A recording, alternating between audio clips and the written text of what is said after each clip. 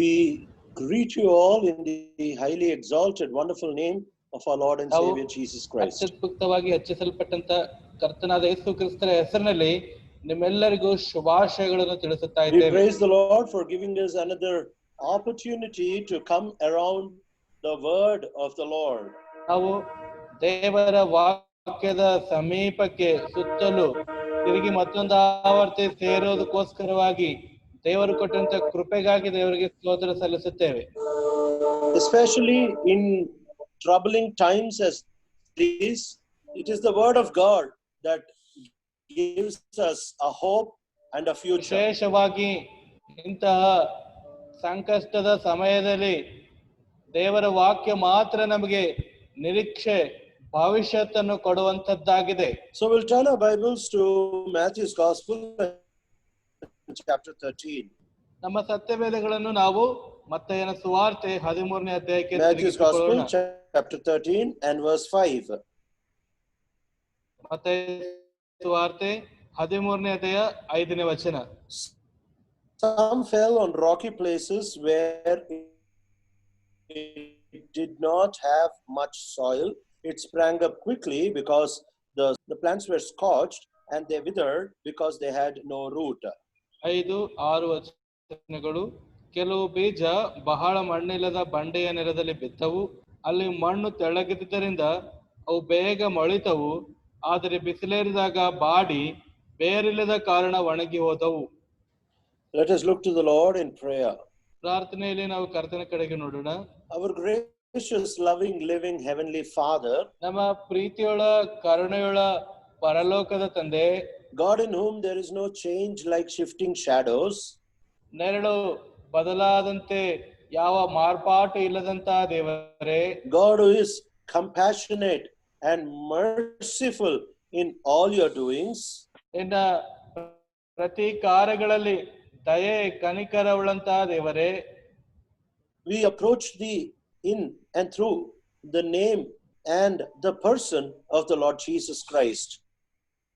ಕರ್ತನಾದ ಯೇಸು ಕ್ರಿಸ್ತರ ವ್ಯಕ್ತಿತ್ವ, ಕರ್ತನಾದ ಯೇಸು ಕ್ರಿಸ್ತರ ಸುತ್ತಮುತ್ತಲು ನಾವು ಸೇರಿ ನಿನ್ನ ಹತ್ರ ಸಮೀಪ ಬರ್ತಾ ಇದ್ದೇವೆ. The only path, the only way that we have, O Lord, we recognize that it is the Lord Jesus Christ.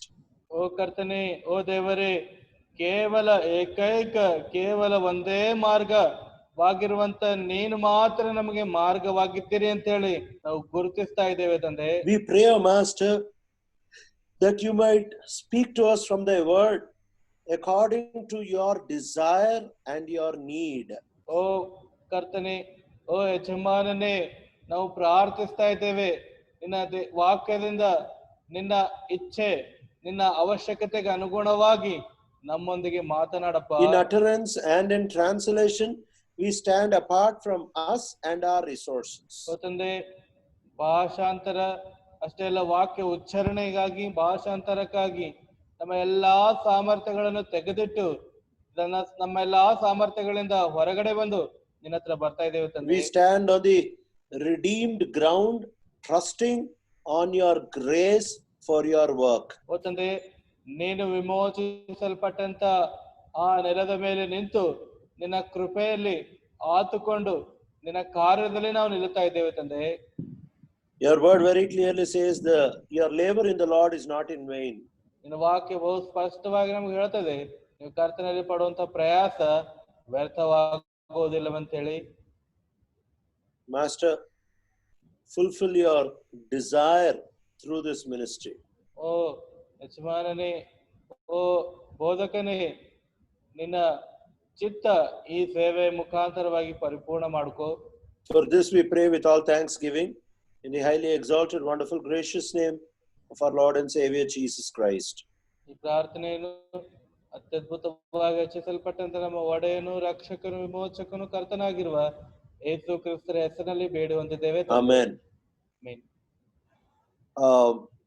We have tried to begin the parable of the sower. ನಾವು ಈ ಬಿತ್ತುವವನ ಸಾಮ್ಯದ ಕುರಿತಾದಂತ ಸಾಮ್ಯದ ಕುರಿತು ನಾವು ಧ್ಯಾನಿಸಲು ಪ್ರಯತ್ನಿಸ್ತಾ ಇದ್ದೇವೆ. And the first ground that we have seen was along the path. ನಾವು ಕೇಳಿರುವಂತ, ನಾವು ಧ್ಯಾನ ಮಾಡಿರುವಂತ ಮೊದಲನೆಯ ಸ್ಥಳ ಎಲ್ಲಂತಂದ್ರೆ ದಾರಿಯ ಮಗ್ಗಲಲ್ಲಿರುವಂತ ಬೀಜ ಬಿತ್ತಿರುವಂತ ಸ್ಥಳ. This was in the corner of the field where people used to walk. It fell in an area where everybody used to trample it and go. ಎಲ್ಲಿ ಬಿತ್ತು ಅಂದ್ರೆ ಒಂದು ಆ ಹೊಲದ ಮೂಲೆಯಲ್ಲಿ, ಅಲ್ಲಿ ಜನರೆಲ್ಲರೂ ದಾರಿ ಮಾಡಿ ನಡ್ಕೊಂಡು ಹೋಗ್ತಾ ಇದ್ರು. ಪ್ರತಿಯೊಬ್ಬರು ನಡೆದು ಅದನ್ನು ತುಳಿದು ಹಾಕ್ತಾ ಇದ್ರು. And we've seen that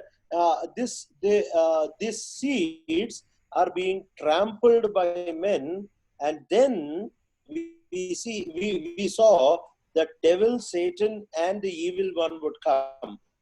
ನಾವು ನೋಡಿದೆವು ಈ ಬೀಜಗಳು ಜನರಿಂದ ತುಳಿಯಲ್ಪಟ್ಟವು. ಅದಕ್ಕಾಗಿ ತುಳಿಯಲ್ಪಟ್ಟ ಕಾರಣ ಏನಾಗ್ತಾ ಇದೆ ಅಂತಂದ್ರೆ ದೇವ ಬರ್ತಾ ಇದ್ದಾನೆ, ಶೈತಾನ ಬರ್ತಾ ಇದ್ದಾನೆ, ಕೆಡುಕನು ಬಂದು. So we've seen that the reason why it fell on this path was because these people did not understand the word of God. ನಾವು ಅರ್ಥ ಮಾಡ್ಕೊಂಡೆವು, ನಾವು ಧ್ಯಾನ ಮಾಡಿದೇವೆ. ಏನಂದ್ರೆ ಈ ದಾರಿ ಮಗ್ಗಲಲ್ಲಿ ಬಿದ್ದಿರುವಂತ ಬೀಜ ಏನಂತಂದ್ರೆ ಈ ಕೇಳದಂತ ಜನರು ದೇವರ ವಾಕ್ಯ ಅರ್ಥ ಮಾಡ್ಕೊಳ್ಳಲಿಲ್ಲ. And understanding is not just knowing it in your mind, but understanding it with the capacity of the Holy Spirit. ನೋಡ್ರಿ, ಅರ್ಥ ಮಾಡ್ಕೊಳ್ಳೋದು ಅಂತಂದ್ರೆ ಏನಂದ್ರೆ ನಿಮ್ಮ ಮನಸ್ಸಿನ, ನಿಮ್ಮ ಮೆದುಳಿನ ಸಾಮರ್ಥ್ಯದಿಂದ ಅರ್ಥ ಮಾಡ್ಕೊಳ್ಳುವಂಥದ್ದಲ್ಲ, ಪವಿತ್ರಾತ್ಮನ ಸಾಮರ್ಥ್ಯ ಬಲದಿಂದ ತಿಳ್ಕೊಳ್ಳುವಂಥದ್ದೇ ಆಗಿದೆ. And we have also seen that understanding is not just knowing it, but actually a desire to obey it. ಅದಕ್ಕಾಗಿ ನಾವು ಅರ್ಥ ಮಾಡ್ಕೊಂಡೇವು, ತಿಳ್ಕೊಂಡೇವು, ಧ್ಯಾನಿಸ್ಕೊಂಡೇವು. ಏನಂದ್ರೆ ತಿಳ್ಕೊಳ್ಳುವಂಥದ್ದು ಕೇವಲ ಮೆದುಳಿನಲ್ಲಿ ತಿಳ್ಕೊಳ್ಳುವಂಥದ್ದು ಅಷ್ಟೇ ಅಲ್ಲ, ಹೃದಯಪೂರ್ವಕವಾಗಿ ವಿಧೇಯತೆ ತೋರಿಸುವಂಥದ್ದೇ ತಿಳ್ಕೊಳ್ಳೋದರ ಒಂದು ಭಾಗವಾಗಿದೆ. And we've also seen that obedience should lead us to imitate the Lord Jesus Christ, to have the desire to become like the Lord Jesus Christ. ಮತ್ತೆ ನಾವು ಇದು ಕೂಡ ನೋಡಿಕೊಂಡೆವು, ಈ ವಿಧೇಯತೆ ಅನ್ನುವಂಥದ್ದು ನಮಗೆ ಯೇಸು ಕ್ರಿಸ್ತರನ್ನು ಹಿಂಬಾಲಿಸೋದಕ್ಕೋಸ್ಕರವಾಗಿ ನಡೆಸಬೇಕು. ಅಷ್ಟೇ ಅಲ್ಲ, ಯೇಸು ಕ್ರಿಸ್ತರಂತೆ ನಮ್ಮನ್ನು ನಾವು ಮಾರ್ಪಡಿಸಿಕೊಳ್ಳೋದಕ್ಕೋಸ್ಕರವಾಗಿ ಈ ವಿಧೇಯತೆ ನಡೆಸುವಂತದ್ದಾಗಿರಬೇಕು. So complete dependence on the Holy Spirit God for the understanding of the word is crucial for understanding the Bible. ಅದಕ್ಕಾಗಿ ಪವಿತ್ರಾತ್ಮನ ಮೇಲೆ ಪರಿಪೂರ್ಣವಾಗಿ ಆಧಾರವಾಗಿದ್ದು ಆತುಕೊಂಡು ತಿಳ್ಕೊಳ್ಳುವಂಥದ್ದೇ ಬೈಬಲ್ ಕುರಿತಾದಂತ ಅತಿ ಪ್ರಾಮುಖ್ಯವಾದಂತ ವಿಷಯವಾಗಿದೆ. And that is why even in Revelation we see this message being repeated 7 times, where the Lord Jesus says, ಅದಕ್ಕಾಗಿ ಪ್ರಕಟಣೆ ಗ್ರಂಥದಲ್ಲಿ ಕರ್ತನಾದ ಯೇಸು ಕ್ರಿಸ್ತರು ಈ ಮಾತುಗಳನ್ನು ಏಳು ಸಾರಿ ತಿರುಗಿ ಪುನರಾವರ್ತನೆ ಹೇಳ್ತಾ ಇದ್ದಾರೆ. He says, he who has an ear, let him hear what the Spirit says to the churches. ಅದಕ್ಕಾಗಿ ಕಿವಿಯುಳ್ಳವನು ಪವಿತ್ರಾತ್ಮನು ಹೇಳುವಂತದ್ದನ್ನು ಕೇಳಲಿ ಅಂತ ಹೇಳಿ ಸಭೆಗೆ ಹೇಳ್ತಾ ಇದ್ದಾರೆ. That means it is the written word, but he was not telling all those who have eyes may read this written word to the churches. ಅದಕ್ಕಾಗಿ ಆತ ಹಿಂಗ್ ಹೇಳ್ತಾ ಇಲ್ಲ, ಬರೆಯಲ್ಪಟ್ಟಂತ ಈ ವಾಕ್ಯ ಸಭೆಯಲ್ಲಿ ಕಣ್ಣಿದ್ದಂತವರೆಲ್ಲರೂ ಓದ್ಲಿ ಅಂತ ಆತ ಹೇಳ್ತಾ ಇಲ್ಲ. He says that let him hear what not the written word says, but what the Spirit says. ಆತ ಹೇಳ್ತಾ ಇದ್ದೇನೆ, ಬರೆಯಲ್ಪಟ್ಟಂತ ವಾಕ್ಯ ಅಲ್ಲ, ಆದ್ರೆ ಪವಿತ್ರಾತ್ಮನು ಹೇಳುವಂತದ್ದನ್ನು ಕಿವಿಯುಳ್ಳವನು ಕೇಳಲಿ ಅಂತ ಹೇಳ್ತಾ ಇದ್ದಾನೆ. That means the Holy Spirit God should give his word. The Holy Spirit God should give his word through the written word. ಅದಕ್ಕಾಗಿ ಪರಿಶುದ್ಧಾತ್ಮ ದೇವರು, ಪವಿತ್ರಾತ್ಮ ದೇವರು ಬರೆಯಲ್ಪಟ್ಟ ವಾಕ್ಯದ ಮುಖಾಂತರವಾಗಿ ತನ್ನ ಮಾತನ್ನು ನಮಗೆ ಕೊಡಬೇಕು. So when the Lord Jesus spoke to all these 7 churches, he told them many things, but he says these things are written things.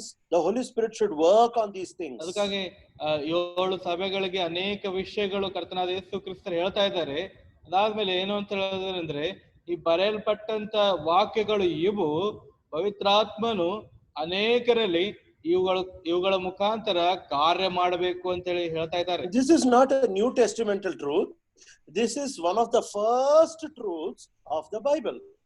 ಇದೇನು ಹೊಸ ಒಡಂಬಡಿಕೆಯ ಒಂದು ಸತ್ಯವಾದಂತ ಹೊಸ ಒಡಂಬಡಿಕೆಯ ಪರವಾದ ಸತ್ಯಾಂಶ ಅಲ್ಲ, ಇದು ಆದಿಯಿಂದಲೂ ಪ್ರಾರಂಭದಲ್ಲೇ ಇರುವಂತ ಒಂದು ನಿಜ ಸತ್ಯ ಅಂಶವಾಗಿದೆ. Even in Genesis chapter 1 and verses 1 and 2, we see that the Holy Spirit God was preparing the ground for the word of the Lord to sit. ಅದಕ್ಕಾಗಿ ಆದಿಕಾಂಡ 1-2 ವಚನಗಳಲ್ಲಿ ಕೂಡ ನೋಡ್ತಾ ಇದ್ದೇವೆ, ಪರಿಶುದ್ಧಾತ್ಮ ದೇವರು ಕೆಲಸ ಮಾಡ್ತಾ ಇದ್ದಾರೆ, ನೆಲ ಸಿದ್ಧ ಮಾಡ್ತಾ ಇದ್ದಾರೆ. ಎದಕ್ಕಾಗಿ ಅಂತಂದ್ರೆ ದೇವರ ವಾಕ್ಯ ಅಲ್ಲಿ ಕೂತ್ಕೋಬೇಕು. The first word that the Lord spoke in the Bible is in Genesis 1, as written in the Bible is in Genesis 1 and 3, it says, let there be light. ಅದಕ್ಕಾಗಿ ದೇವರು ಮೊಟ್ಟ ಮೊದಲದಾಗಿ ಮಾತಾಡಿರುವಂತ ಮಾತು ಅಂದ್ರೆ ಬೈಬಲ್ ಅಲ್ಲಿ ಬರೆಯಲ್ಪಟ್ಟಂತ ಸಂಗ್ರಹಿಸಲ್ಪಟ್ಟಂತ ಮಾತು ಏನಂದ್ರೆ, ಅಲ್ಲಿ ಬೆಳಕಾಗಲಿ ಅಂತೇಳಿ ಆದಿಕಾಂಡ 1-3 ವಚನದಲ್ಲಿ ನೋಡ್ತೇವೆ. When God said, let there be light, we need to understand that he was speaking over the ground which the Holy Spirit had brooded and prepared for creation. ಅದಕ್ಕಾಗಿ ಬೆಳಕಾಗಲಿ ಅಂತೇಳಿ ದೇವರು ಮಾತಾಡ್ತಾ ಇದ್ದಾರೆ, ಹೇಳ್ತಾ ಇದ್ದಾರೆ. ಎಲ್ಲಿ ಅಂತಂದ್ರೆ ಪರಿಶುದ್ಧಾತ್ಮ ದೇವರು ಹಸನು ಮಾಡಿ ಸಿದ್ಧ ಮಾಡಿರುವಂತ ಆ ಭೂಮಿ ಮೇಲೆ ದೇವರು ಮಾತು ಹೇಳ್ತಾ ಇದ್ದಾರೆ. That is why second verse we see the Holy Spirit was over the waters. He created, he prepared the whole ground for creation. Then the word of God could sit on the place that the Holy Spirit God created. 2ನೇ ವಚನದಲ್ಲಿ ನಾವು ನೋಡ್ತಾ ಇದ್ದೇವೆ, ಪರಿಶುದ್ಧಾತ್ಮ ದೇವರು ಚಲಿಸ್ತಾ ಇದ್ದಾನೆ, ಸಂಚರಿಸ್ತಾ ಇದ್ದಾನೆ. ಈ ಪವಿತ್ರಾತ್ಮ ದೇವರು ಚಲಿಸಿ ಸಂಚರಿಸಿ ಸ್ಥಳ ಸಿದ್ಧ ಮಾಡ್ತಾ ಇದ್ದಾನೆ, ಸ್ಥಳ ಹಸನ್ ಮಾಡ್ತಾ ಇದ್ದಾನೆ, ಶುಭ್ರ ಮಾಡ್ತಾ ಇದ್ದಾನೆ. ಈ ಶುಭ್ರ ಮಾಡಿರುವಂತ ಪರಿಶುದ್ಧಾತ್ಮ ದೇವರು ಸಿದ್ಧ ಮಾಡಿರುವಂತ ಸ್ಥಳದ ಮೇಲೆ ದೇವರ ವಾಕ್ಯ ಕೂತ್ಕೊಳ್ತಾ ಇದೆ. And we need to understand that the news of gospel, when it comes to our hearts, ಇದಕ್ಕಾಗಿ ನಾವು ಅರ್ಥ ಮಾಡ್ಕೊಳ್ಬೇಕು ಏನಂತಂದ್ರೆ, ಈ ದೇವರ ಸುವಾರ್ತೆ, ಶುಭವಾರ್ತೆಯ ಸಂದೇಶ ನಮ್ಮ ಹೃದಯದ ಮೇಲೆ ಬಂದಾಗ, it is through the power of the Holy Spirit that your heart is prepared, so that this gospel can sit on the prepared heart. ಈ ಪರಿಶುದ್ಧಾತ್ಮ ದೇವರು ಹೃದಯವನ್ನು ಸಿದ್ಧ ಮಾಡ್ತಾ ಇದ್ದಾನೆ. ಪರಿಶುದ್ಧಾತ್ಮ ದೇವರು ದೇವರ ವಾಕ್ಯ ಕೂತ್ಕೊಳ್ಳೋದಕ್ಕಾಗಿ, ದೇವರ ವಾಕ್ಯ ಅದರ ಮೇಲೆ ನೆಲೆಸೋದಕ್ಕೋಸ್ಕರವಾಗಿ ಹೃದಯ ಸಿದ್ಧ ಮಾಡ್ತಾನೆ. ಹೃದಯ ಸಿದ್ಧ ಮಾಡಿರುವಂತ ಹೃದಯದ ಮೇಲೆ ದೇವರ ವಾಕ್ಯ ನೆಲೆಗೊಳ್ಳುತ್ತದೆ. We need to understand this truth that regeneration or the work of the Holy Spirit always happens before you can even have faith. ಅದಕ್ಕಾಗಿ ಈ ತಿರುಗಿ ಸೃಷ್ಟಿಸುವಂತ ಕಾರ್ಯ ನಾವು ಅರ್ಥ ಮಾಡ್ಕೊಳ್ಬೇಕು. ಏನಂತಂದ್ರೆ ಪವಿತ್ರಾತ್ಮ ದೇವರ ಕಾರ್ಯ ನಾವು ನಂಬಿಕೆ ಇರೋದಕ್ಕಿಂತ ಮುಂಚೆಯೇ ನಮ್ಮಲ್ಲಿ ಆತ ಮಾಡುವಂತನಾಗಿದ್ದಾನೆ. Because if the Holy Spirit God does not regenerate you, then faith to be born is impossible because faith is not born from us. ಪರಿಶುದ್ಧಾತ್ಮ ದೇವರು ತಿರುಗಿ ಸೃಷ್ಟಿ ನಮ್ಮ ಹೃದಯದಲ್ಲಿ ಮಾಡದೇ ಹೋದರೆ ವಿಶ್ವಾಸ ನಾವು ಇಡುವುದು ಅಸಾಧ್ಯವಾಗ್ತದೆ. ಯಾಕಂದ್ರೆ ಈ ವಿಶ್ವಾಸ ನಮ್ಮಿಂದ ನಾವು ಸ್ವತಃ ಇಡೋದಕ್ಕೆ ಸಾಧ್ಯ ಇಲ್ಲ. Faith is something that is given by the Holy Spirit. ನಂಬಿಕೆ ಅನ್ನುವಂಥದ್ದು ಏನಂದ್ರೆ ಇದು ಪವಿತ್ರಾತ್ಮನ ಮುಖಾಂತರವಾಗಿ ನಮಗೆ ಕೊಡಲ್ಪಟ್ಟಿರುವಂತದ್ದಾಗಿದೆ. So whenever you come to the word of God, whenever you come to the word of God, you can understand it, you can know it, and even discern it rightly. But without the Holy Spirit, God, you cannot hear the voice of God. ಅದಕ್ಕಾಗಿ ದೇವರ ವಾಕ್ಯದ ಸಮೀಪಕ್ಕೆ ಯಾವಾಗ ಬರ್ತಿರೋ, ದೇವರ ವಾಕ್ಯಕ್ಕೆ ಸಮೀಪವಾಗಿ ನೀವು ಬಂದಾಗೆಲ್ಲ ನೀವು ನಂಬಿಕೆ ಇಡಬೇಕು, ವಿಶ್ವಾಸ ಇಡಬೇಕಂದ್ರೆ ಪರಿಶುದ್ಧಾತ್ಮ ದೇವರ ಕಾರ್ಯ ಮಾಡಲೇಬೇಕು. ಪರಿಶುದ್ಧಾತ್ಮ ದೇವರ ಕಾರ್ಯ ಮಾಡಲಾರದೆ ನೀವು ದೇವರ ಸ್ವರ ಕೇಳಲಾರಿರಿ. And that is why the Lord Jesus very, very clearly says, ಅದಕ್ಕಾಗಿ ಕರ್ತನಾದ ಯೇಸು ಕ್ರಿಸ್ತರು ಬಹು ಸ್ಪಷ್ಟವಾಗಿ ಹೇಳ್ತಾ ಇದ್ದಾರೆ in Matthew chapter 4 and verse 4, man shall not live by bread alone, but by every word that comes out of the mouth of the Father. ಮತ್ತಾಯ ಸುವಾರ್ತೆ 4ನೇ ವಚನದಲ್ಲಿ ನೋಡ್ತೇವೆ, ಮನುಷ್ಯನು ರೊಟ್ಟಿ ತಿಂದ ಮಾತ್ರದಿಂದ ಬದುಕೋದಿಲ್ಲ, ದೇವರ ಬಾಯಿಂದ ಹೊರಡುವಂತ ಪ್ರತಿಯೊಂದು ಮಾತಿನಿಂದಲೂ ಬದುಕುವನು. So what the Lord was telling was, man will not live by the written word, but by the word that comes out of the Father. ಅದಕ್ಕಾಗಿ ಮನುಷ್ಯನು ಬದುಕುವಂಥದ್ದು ಬರೆಯಲ್ಪಟ್ಟಂತ ವಾಕ್ಯದಿಂದಲ್ಲ, ಆದರೆ ದೇವರ ಬಾಯಿಂದ ಹೊರಡುವಂತ ಮಾತಿನಿಂದಲೇ ಬದುಕ್ತಾನೆ. Whatever comes out from the mouth of God, that is what gives you life, not the written word.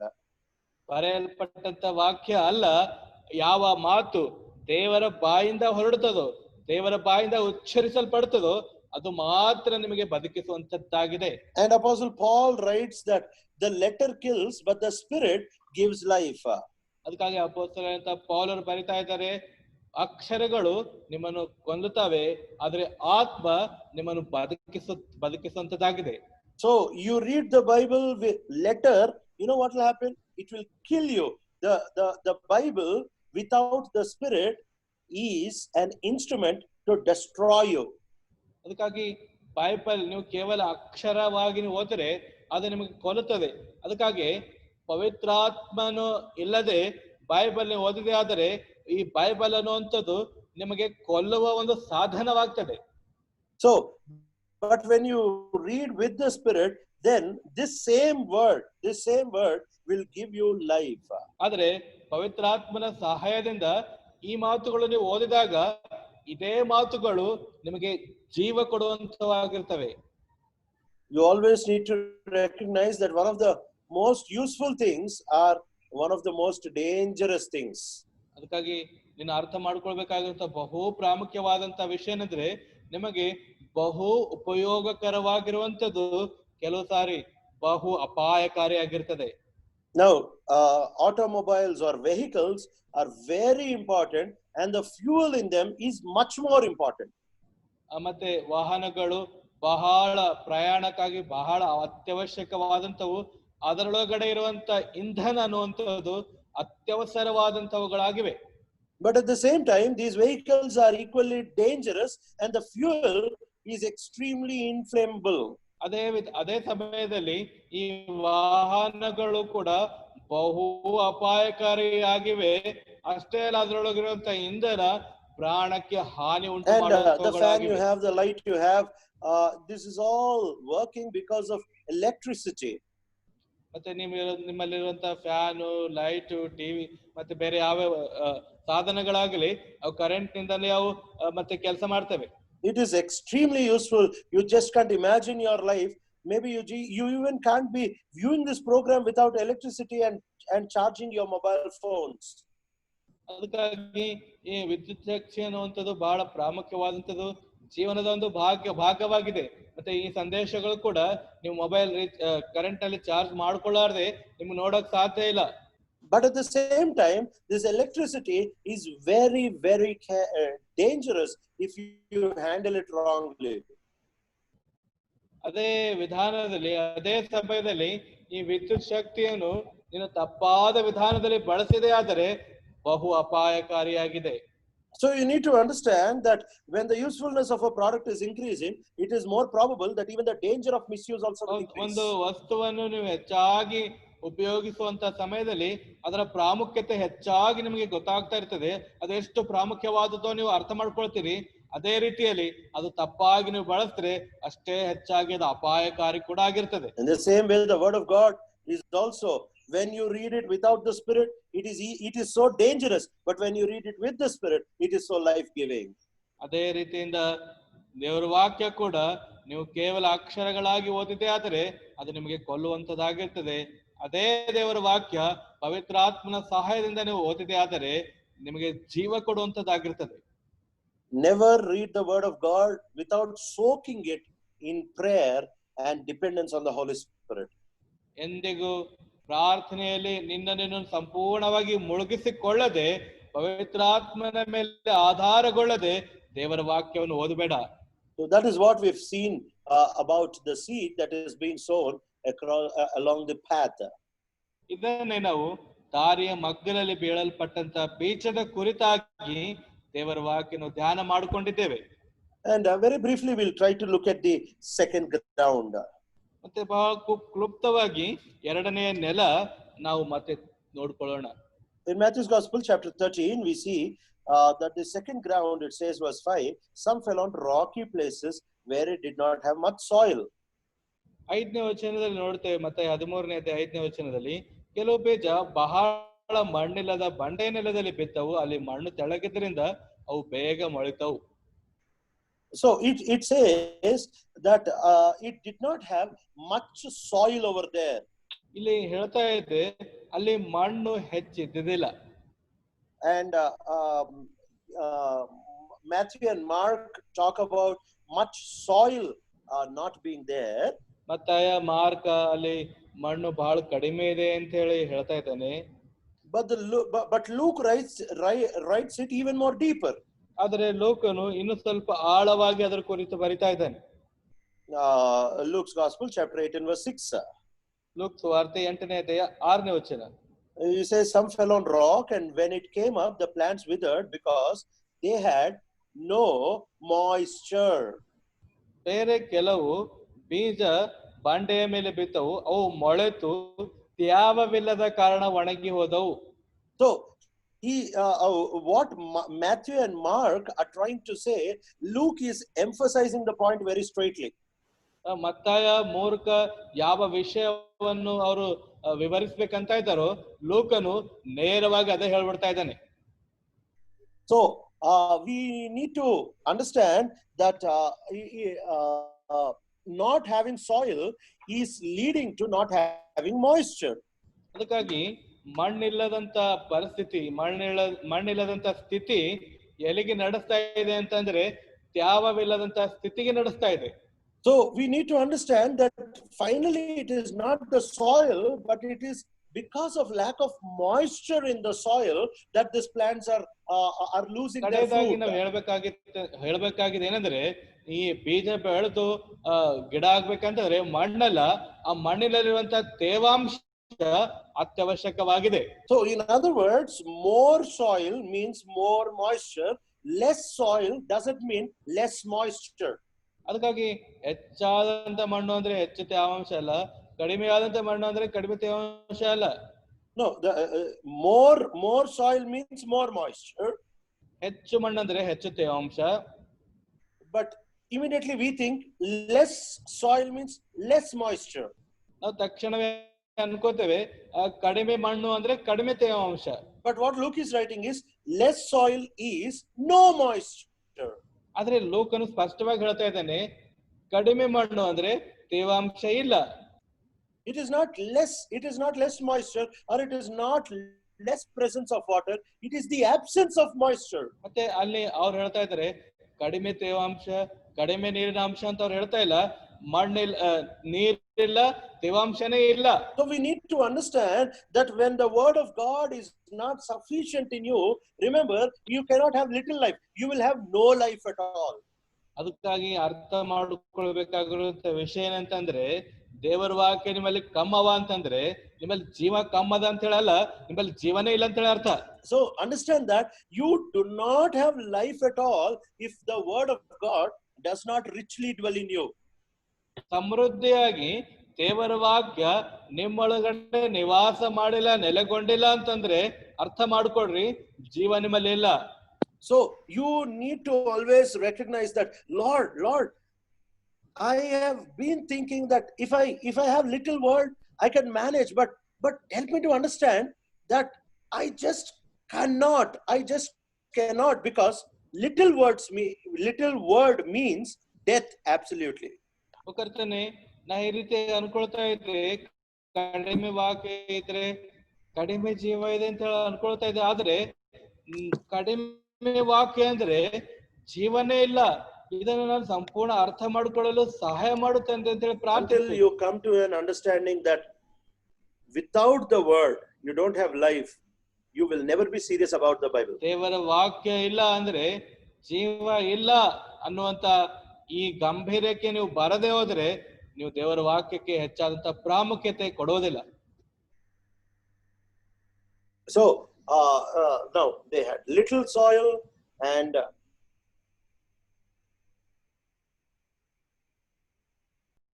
inside it. ಅಂದ್ರೆ ಮಣ್ಣು ಸ್ವಲ್ಪ ಅಂದ್ರೆ ತೇವಾಂಶ ಇಲ್ಲ ಅಂದ್ರೆ ಅರ್ಥ ಏನಂದ್ರೆ ಜೀವ ಕೊಡುವಂತದ್ದು, ಜೀವ ಬರುವಂತ ಅಂಶ ಆ ಮಣ್ಣಿನಲ್ಲಿ ಇಲ್ಲ ಅಂತ ಹೇಳಿ ಅರ್ಥ. But there is something very peculiar to note here. ಆದರೆ ಅಲ್ಲಿ ಒಂದು ವಿಷಯ ಬಹಳ ಪ್ರಾಮುಖ್ಯವಾಗಿ ನಾವು ಗಮನಿಸಬಹುದು. And Mark chapter 4 and verse 5 says, mark ಸುವಾರ್ತೆ 4ನೇ ಅಧ್ಯಾಯ 4-5 ವಚನಗಳು ಹೇಳ್ತವೆ. Some fell on rocky places where it did not have much soil. It sprang up quickly because the soil was shallow. ಕೆಲವು ಬೀಜ ದಾರಿಯ ಮಗ್ಗಲಲ್ಲಿ ಬಿದ್ದವು, ಹಕ್ಕಿಗಳು ಬಂದು ಅವುಗಳಲ್ಲಿ ತಿಂದು ಬಿಟ್ಟವು. ಬೇರೆ ಕೆಲವು ಬೀಜ ಬಹಳ ಮಣ್ಣಿಲ್ಲದ ಬಂಡೆಯ ನೆಲದಲ್ಲಿ ಬಿದ್ದವು, ಅಲ್ಲಿ ಮಣ್ಣು ತೆಳ್ಳಗಿದ್ದರಿಂದ ಅವು ಬೇಗ ಮೊಳೆತವು. So the reason for the quick sprouting of these plants is because the soil was shallow. ಅಲ್ಲಿ ಮಣ್ಣು ತೆಳ್ಳಗಿದೆ, ಅದಕ್ಕಾಗಿ ಆ ಬೀಜ ಅನ್ನುವಂಥದ್ದು ಬೇಗನೆ ಮೊಳುತ್ತಾ ಇವೆ. So a very strong reason for quick immature growth is there is little soil. ನೋಡ್ರಿ, ಪರಿಪಕ್ವತೆ ಇಲ್ಲದೆ ಅತಿ ಬೇಗನೆ ಬೆಳೆಯುವುದಕ್ಕೆ ಇರುವಂತ ಮುಖ್ಯ ಕಾರಣ ಏನಂದ್ರೆ ಅಲ್ಲಿ ಮಣ್ಣು ತೆಳ್ಳಗಿದೆ ಅಂತ. Even this too quick growth is also very dangerous. ಬಹು ಬೇಗವಾಗಿ ಬೆಳವಣಿಗೆ ಹೊಂದುವಂತದ್ದು ಕೂಡ ಬಹು ಅಪಾಯಕಾರಿಯಾಗಿದೆ. The reason is because God doesn't work in in extraordinary speeds which we expect him to work. ನೋಡ್ರಿ, ಯಾವುದೋ ನಾವು ಅಪೇಕ್ಷಿಸಿದಂತೆ ಯಾವುದೋ ಒಂದು ಅತಿ ವೇಗವಾಗಿ ಮತ್ತೆ ಯಾವುದೋ ಒಂದು ಅತಿ ವಿಸ್ತಾರವಾದಂತಹ ವೇಗದಲ್ಲಿ ದೇವರು ಕೆಲಸ ಮಾಡೋದಕ್ಕೆ ನಾವು ಅಪೇಕ್ಷಿಸಿದ್ರೆ ಆ ರೀತಿ ಆಗೋದಿಲ್ಲ. God is not interested in making work faster. He is interested in making work deeper.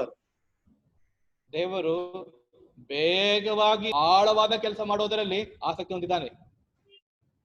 And that is the reason why even the Israelites' journey and the Lord's work in his disciples, all these were very slow. ಅದಕ್ಕಾಗಿ ಕರ್ತನ ಮತ್ತೆ ಕೆಲಸಗಳು ನೋಡ್ರಿ, ಇಸ್ರಾಯೇಲರ ಐಗುಪ್ತದಿಂದ ಕಾನಾನ್ ಪ್ರಯಾಣ ಆಗಲಿ ಮತ್ತೆ ಶಿಷ್ಯರ ಹೃದಯದಲ್ಲಿ ಆಗುವಂತ ಕಾರ್ಯ ಆಗಲಿ ಆತನ ನಿಧಾನವಾಗಿ ಆಳವಾಗಿ ಮಾಡ್ತಾ ಇದ್ದಾರೆ. I want to tell you why God doesn't work very fast in our lives.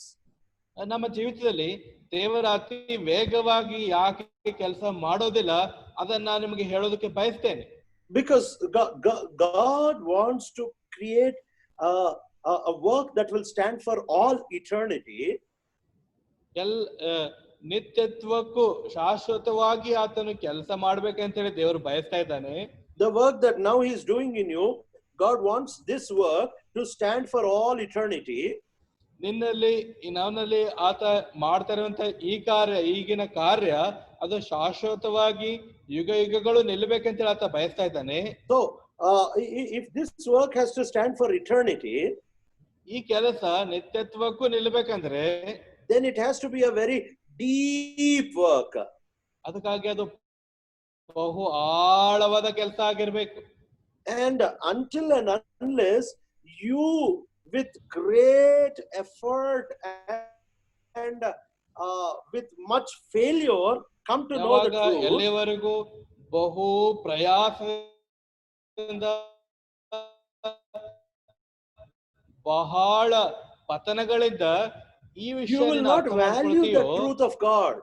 ಮೊದಲೇ ಅರ್ಥ ಮಾಡ್ಕೊಳ್ಳಿಲ್ಲ ಅಂದ್ರೆ ದೇವರ ಸತ್ಯವನ್ನು ನೀನು ದೇವರ ಬೆಲೆಯನ್ನು ನೀನು You know why Apostle Paul was so careful about and so pointed towards overcoming life? ಜಯ ಹೊಂದುವಂತ ಜೀವಿತದ ಕುರಿತಾಗಿ ಅಪೊಸ್ತಲನಾಗಿರುವಂತ ಪೌಲನು ಯಾಕೆ ಅಷ್ಟು ಹೆಚ್ಚಾದ ಗಮನ ಕೊಟ್ಟು ಅದರ ಕುರಿತೇ ಒತ್ತಿ ಹೇಳ್ತಾರೆ? Because he did not get it easily. ಯಾಕಂದ್ರೆ ಅದು ಸುಲಭವಾಗಿ after many failures, after continuous failures, then the Lord gave it to him. ಅನೇಕ ಪತನಗಳ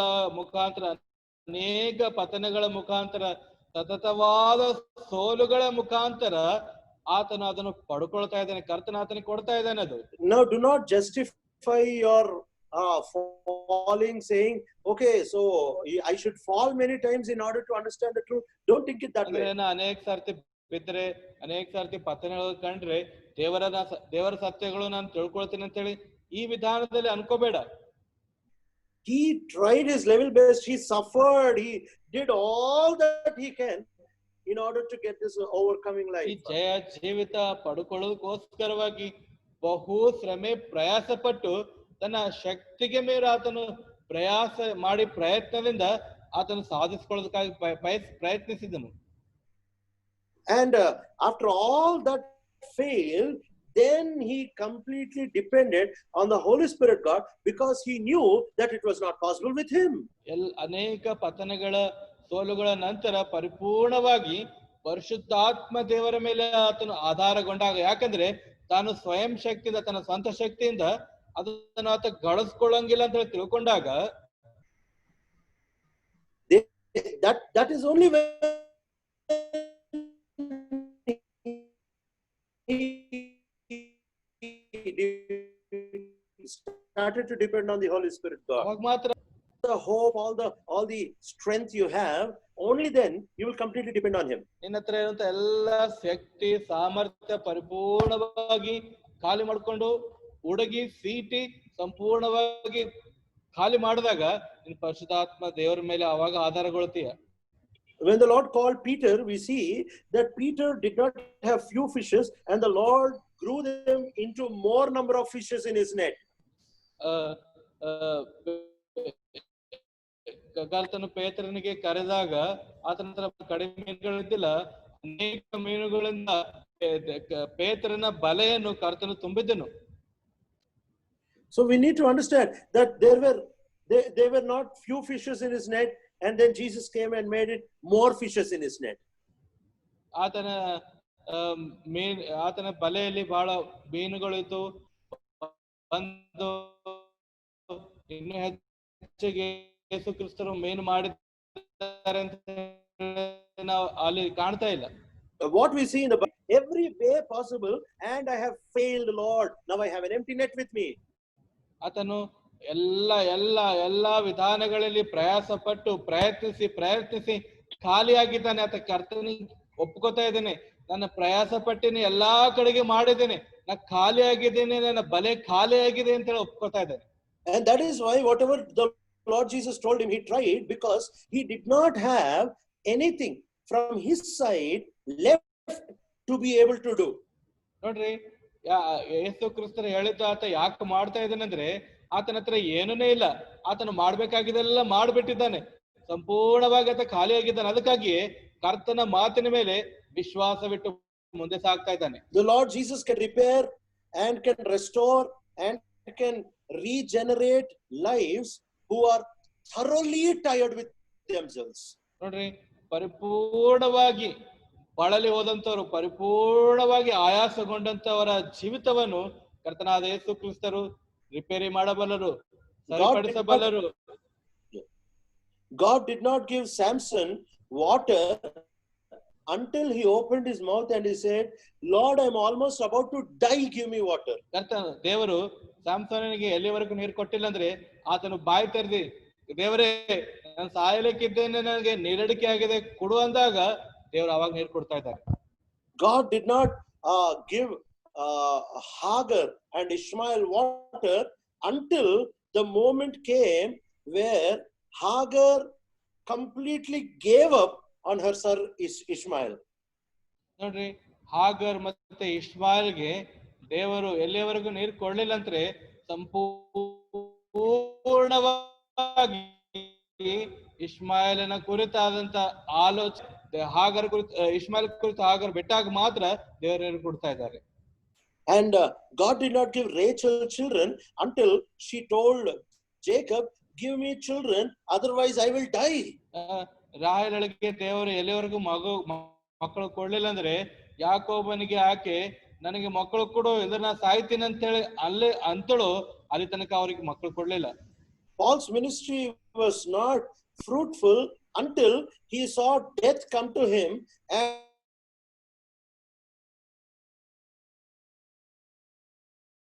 ನೋಡ್ರಿ, ಪೌಲನ ಸೇವೆ ಎಲ್ಲಿವರೆಗೂ ವಿಸ್ತರಿಸಲಿಲ್ಲ ಅಂದ್ರೆ ಮರಣ ಆತನ ಸಮೀಪಕ್ಕೆ ಸಂಭವಿಸುವವರೆಗೂ, ಪರಿಪೂರ್ಣವಾಗಿ ಏನು ಇಲ್ಲ, ನಾನೀಗ ಖಾಲಿ ಆಗಿದ್ದೇನೆ ಅನ್ನುವಂತ ಸ್ಥಿತಿಗೆ ಬರುವವರೆಗೂ ಪೌಲನ ಸೇವೆ ಕರ್ತನು ವಿಸ್ತರಿಸಲಿಲ್ಲ. So we need to understand that you need to come to your end.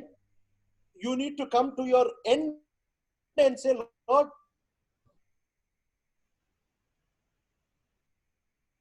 there is nothing more. I've come to my end.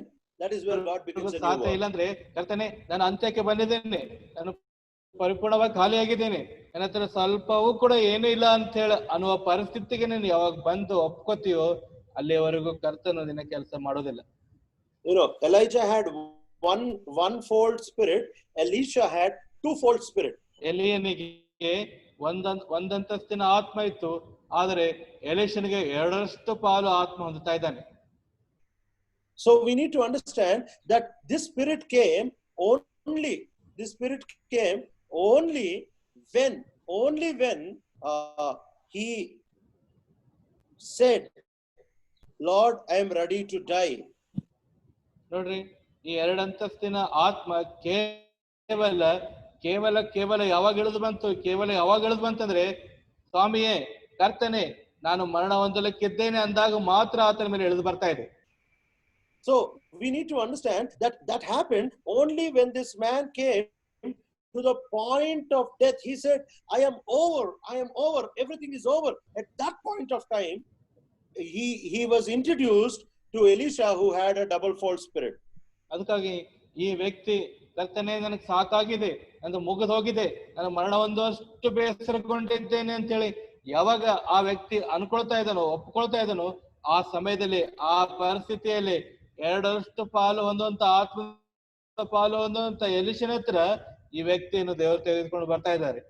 So can you take a moment and ask yourself, saying, Lord, what should I really do? Help me to know that I do not have anything. I have come to the end of. ಒಂದು ಕ್ಷಣ ನಿಂತು, ಓ ಕರ್ತನೆ, ನನ್ನ ಹತ್ರ ಏನೇನೇ ಇಲ್ಲ, ನಾನು ಅಂತ್ಯಕ್ಕೆ ಬಂದಿದ್ದೇನೆ, ನಾನು ಮುಕ್ತಾಯದ ಪರಿಸ್ಥಿತಿಗೆ ಬಂದಿದ್ದೇನೆ, ಸಮಾಪ್ತಿಯಾಗುವಂತ ಸ್ಥಳಕ್ಕೆ ನಾನು ಇದ್ದಿದ್ದೇನೆ ಅಂತ ಹೇಳಿ ನೀನು ಒಪ್ಪಿಕೊಳ್ಳು. ಪಶ್ಚಾತ್ತಾಪ ಪಡೋದಕ್ಕಾಗಿ ಒಂದು ಕ್ಷಣ ನೀನು ಆಲೋಚಿಸ್ತೀಯಾ?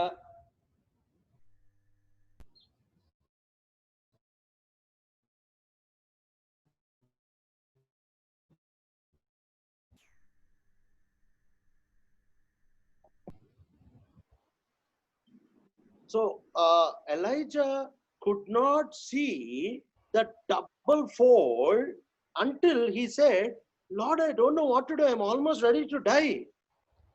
ಎಲಿಯನು ಎಲಿಷನ ಎರಡಂತಸ್ತಿನ ಆತ್ಮ ಎಲ್ಲಿವರೆಗೂ ಹೊಂದಲಿಲ್ಲ ಅಂದ್ರೆ, ಎಲಿಯ ಹೇಳ್ತಾ ಇದ್ದಾನೆ, ಕರ್ತನೆ, ನನಗೆ ಏನ್ ಗೊತ್ತಾಗ್ತಾ ಇಲ್ಲ, ನಾನು ಮರಣ ಹೊಂದೋದಕ್ಕೆ, ಸಾಯೋದಕ್ಕೆ ಸಿದ್ಧನಾಗಿದ್ದೇನೆ ಅಷ್ಟೇ. And when he came to his end, Then God said, go and anoint Elisha to be prophet in your place. ಅದಕ್ಕಾಗಿ ತನ್ನ ಅಂತ್ಯದ ಸಮೀಪಕ್ಕೆ ಎಲಿಯನು ಬಂದಾಗ ಆತನ ದೇವರು ಹೇಳ್ತಾ ಇದ್ದಾನೆ, ಹೋಗು ಎಲೀಷನಿಗೆ ನಿನ್ನ ಸ್ಥಳದಲ್ಲಿ ಪ್ರವಾದಿಯಾಗಿ ಅಭಿಷೇಕಿಸು.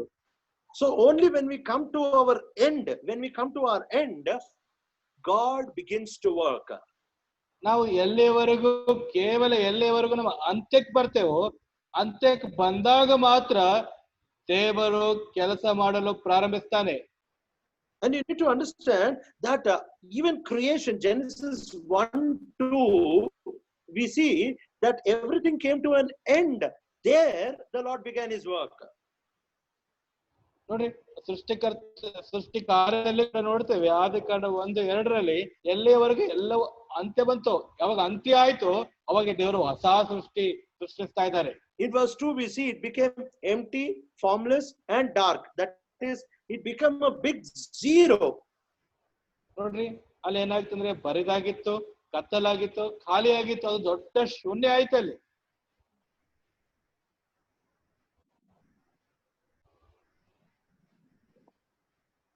Came to a big zero.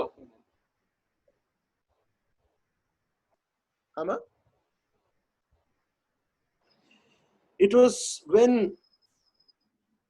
Elijah came to his end that we see he had a new beginning.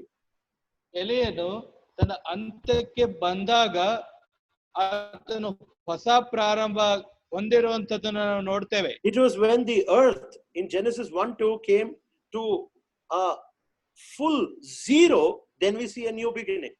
ನಾವು ಆದಿಕಾಂಡ 1:2 ಭೂಮಿ ಪರಿಪೂರ್ಣವಾಗಿ ಸೃಷ್ಟಿ ಪೂರ್ಣ ಶೂನ್ಯವಾದಾಗ, ಬರಿದಾದಾಗ ಹೊಸ ಸೃಷ್ಟಿ ಪ್ರಾರಂಭವಾಗಿರುವಂತದ್ದನ್ನು ನೋಡ್ತೇವೆ. And we see here that the Lord Jesus is telling that because it has less soil, that means there is no moisture and it grows very quickly. ನೋಡ್ರಿ, ಇಲ್ಲಿ ಏನಾಗ್ತಾ ಇದೆ ಅಂತಂದ್ರೆ, ಕರ್ತನಾದ ಯೇಸು ಕ್ರಿಸ್ತರು ಹೇಳ್ತಾ ಇದ್ದಾರೆ, ಅಲ್ಲಿ ಮಣ್ಣು ಬಹಳ ಕಮ್ಮಿದೆ, ಅಲ್ಲಿ ತೇವಾಂಶನೇ ಇಲ್ಲ ಅಂತೇಳಿ ಬೇಗನೆ ಮೊಳಿತಾ ಇದೆ ಅಂತ ಹೇಳಿ ನೋಡ್ತೇವೆ. So we need to understand that when there is no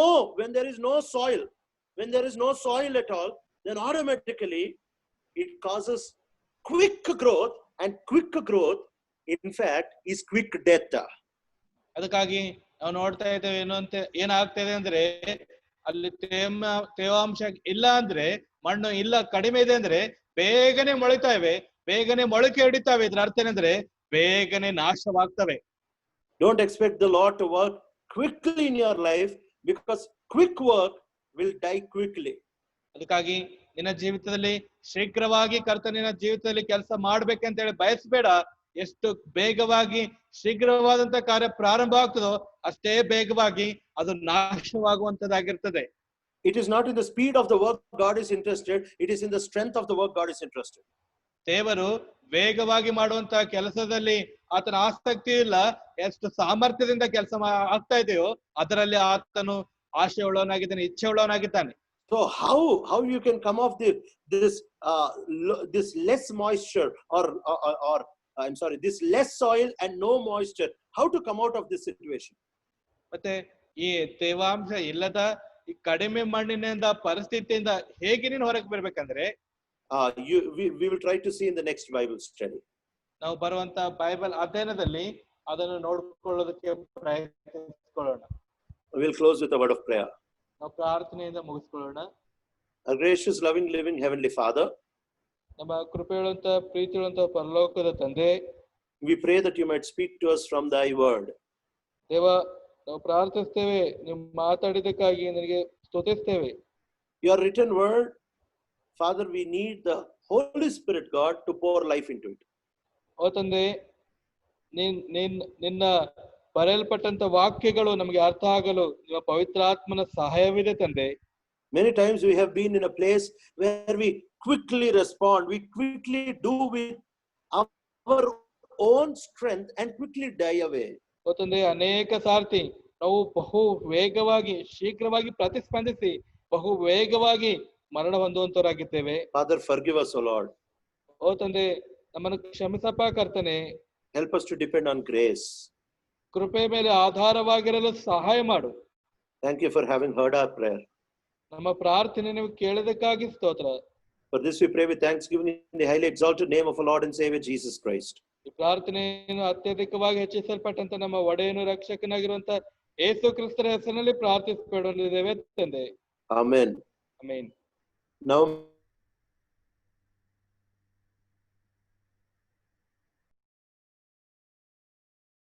Now and forevermore. Amen. Amen. We want to once again remind you that this Sunday we will, God willing, in God's grace, gather in the house of the Lord. ನಾವು ಮತ್ತೊಂದು ಆವರ್ತಿ ನಿಮಗೆ ತಿರುಗಿ ನೆನಪಿಸ್ತಾ ಇದ್ದೇವೆ, ಬರುವಂತ ರವಿವಾರ ದೇವರ ಚಿತ್ತದಲ್ಲಿ, ದೇವರ ಕೃಪೆಯಲ್ಲಿ, ದೇವರ ಚಿತ್ತಕ್ಕನುಸಾರವಾಗಿ ದೇವರ ಮನೆಯಲ್ಲಿ ಸಹವಾಸಕ್ಕಾಗಿ ಸೇರಿ ಬರ್ತೇವೆ. And representatives from Horeb have been calling many people, and maybe today or tomorrow also some people could get calls, and we will inform you over phone what are the rules and how to attend the church. Horeb ಸಭೆಯ ಪ್ರತಿನಿಧಿಗಳು, ಸಹೋದರರು ನಿಮಗೆ ಇಲ್ಲಿವರೆಗೂ ಕರೆ ಮಾಡ್ತಾ ಇರ್ಬೋದು, ಮತ್ತೆ ದೇವರ ಚಿತ್ತ ಆದ್ರೆ ಇವತ್ತು ನಾಳೆ ಕೂಡ ಕರೆ ಮಾಡ್ತಾರೆ. ಮತ್ತೆ ಸಭೆಗೆ ನೀವು ಹಾಜರಾಗೋದಕ್ಕೋಸ್ಕರವಾಗಿ ಬೇಕಾಗಿರುವಂತ ಎಲ್ಲ ನಿಯಮಗಳು, ಎಲ್ಲ ಪ್ರಾಮುಖ್ಯ ವಿಷಯಗಳು ಅವ್ರು ನಿಮ್ಗೆ ಫೋನ್ ಕರೆ ಮುಖಾಂತರ ತಿಳಿಸುವಂತವರಾಗಿದ್ದಾರೆ.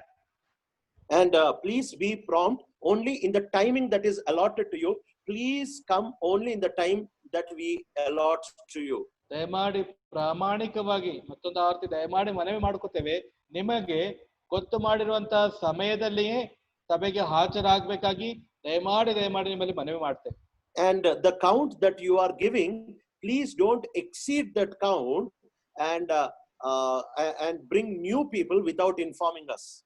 ದಯಮಾಡಿ ಮತ್ತೆ ನಿಮ್ಮಲ್ಲಿ ಮನವಿ ಮಾಡ್ತೇವೆ, ನೀವು ಕೊಡುವಂತ ಲೆಕ್ಕ, ನೀವು ಕೊಡುವಂತ ಎಣಿಕೆ, ಅದಕ್ಕೆ ಹೆಚ್ಚಿಗೆ ಹೊಸದಾಗಿ ಯಾರನ್ನು ಕೂಡ ಆಹ್ವಾನಿಸಿ ತೆಗೆದುಕೊಂಡು ಬರಬೇಡ್ರಿ.